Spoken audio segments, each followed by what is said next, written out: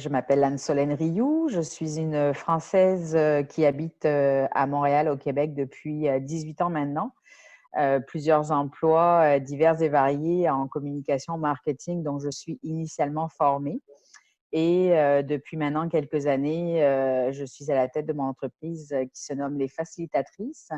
Nous faisons de la stratégie en communication et en positionnement, mais également du mentorat d'affaires et de la rédaction de contenu, puisque je suis également enseignante et coordonnatrice d'une formation qu'on appelle ici un AEC pour attestation d'études collégiales, qui consiste à former des futurs entrepreneurs, donc un AEC en création d'entreprise.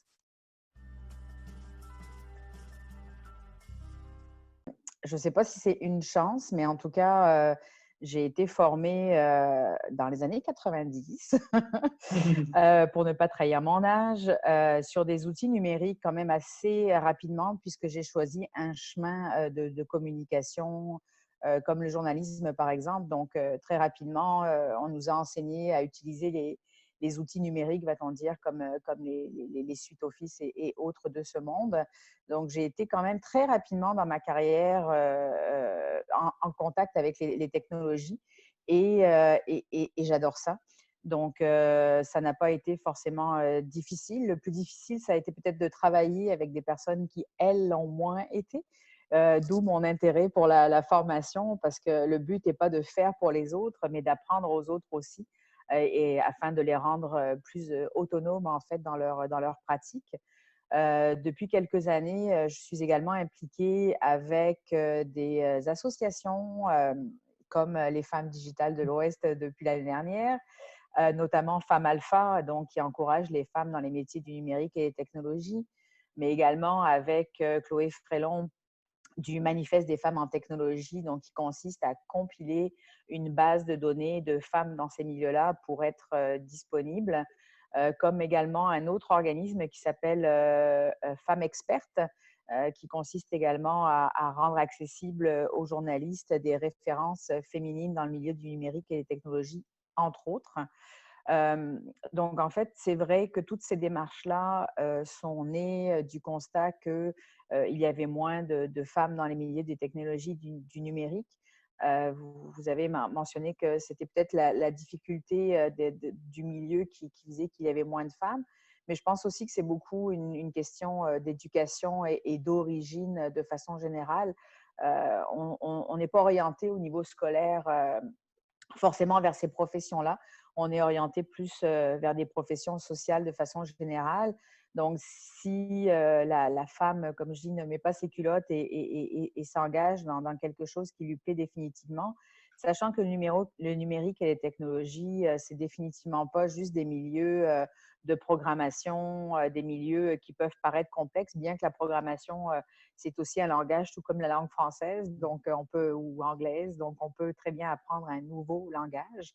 C'est sûr que c'est des signes, c'est des sigles qui peuvent paraître parfois complexes, mais qui, au demeurant, ont la même logique que n'importe quel autre langage. Donc, je pense que c'est beaucoup dans l'éducation, en fait. Et je pense qu'aujourd'hui, on n'a plus le choix de toute façon, si pas de le pratiquer, au moins de le connaître. Et moi, je le fais beaucoup dans mon enseignement. J'enseigne notamment les outils numériques à travers l'AEC Création d'entreprise.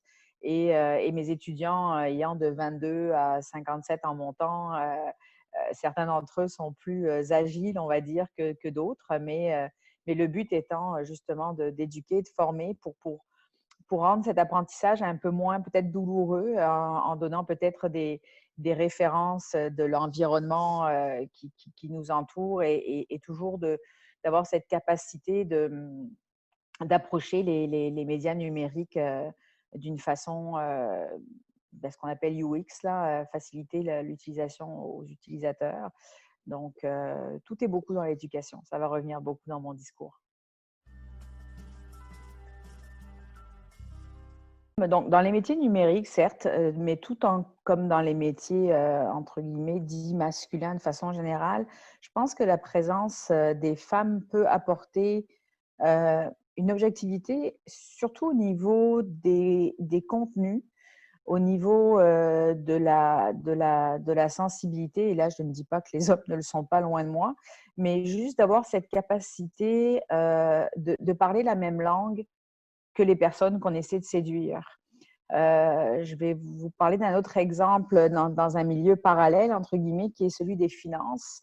Il y a beaucoup d'initiatives en ce moment qui naissent des groupes financiers ici au Canada pour les femmes entrepreneurs. Donc, il y a une réelle conscientisation, en fait, de ce besoin d'adapter les discours et les contenus à une population féminine. La sensibilité des femmes est différente de celle des hommes, on peut pas le nier.